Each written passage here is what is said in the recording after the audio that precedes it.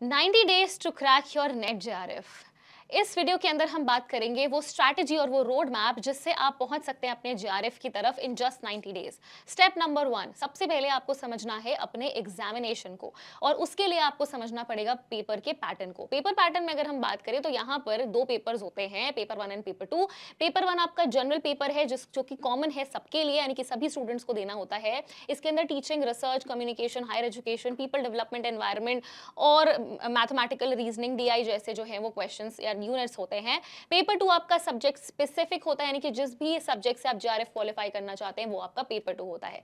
Step number 2, एक smart study plan बना लीजिए फटाफट से। एक 3 मंथ की स्ट्रैटेजी बनाइए जहां पर आप अपने दिन को डिवाइड करते हैं, जहां पर आप 2 आवर्स एटलीस्ट स्पेंड करते हैं फॉर पेपर 1 एंड 4 आवर्स देते हैं पेपर 2 को। यानी यहां पर हम एक 1:2 का रेशियो रखेंगे। जैसे ही आप इन चीजों को पढ़ना स्टार्ट करते हैं, पेपर 2 पर ही ज्यादा फोकस ना करें, पेपर 1 को भी प्रायोरिटाइज करें। इसीलिए मैंने आप 1:2 का जो रेशियो है वो बताया है।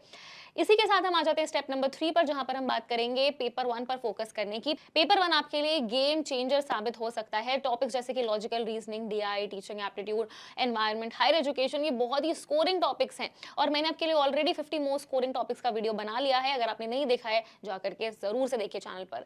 स्टेप नंबर 4 आता है मास्टर। आप करना होगा आपको अपने पेपर 2 को, जिसके लिए आपको एक बहुत अच्छा सा प्लान बनाना पड़ेगा। सबसे पहले आपको अपने सिलेबस को समझना पड़ेगा फॉर पेपर 2, और फिर उसमें से जो भी प्रीवियस ईयर क्वेश्चंस आए हैं, जो बार बार क्वेश्चंस रिपीट हुए हैं, उनसे रिलेटेड आपको जो भी थ्योरी है उसको पढ़ना है और रिलेटेड क्वेश्चंस करने हैं। Which brings us to our step number 5, which is practice and revision. At least आपको पिछले 4 से 5 साइकिल के जो भी प्रीवियस ईयर क्वेश्चंस हैं उनको डेली प्रैक्टिस करना है, अपनी एक्यूरेसी और स्पीड को बढ़ाने के लिए, और साथ ही साथ अपने पेपर 1 और पेपर 2 दोनों को स्ट्रॉन्ग करने के लिए। स्टेप नंबर 6 आता है कंसिस्टेंट रहना है आपको। इसका मतलब ये है कि आप एक दिन पढ़ते हैं दूसरे दिन नहीं पढ़ते हैं, ये काम नहीं चलेगा। आपके पास सिर्फ और सिर्फ 90 डेज है, इसके लिए आपको कंसिस्टेंट रहना पड़ेगा, डिसिप्लिन रहना पड़ेगा और अपनी प्रोग्रेस को ट्रैक करते हुए अपनी तैयारी को करना होगा।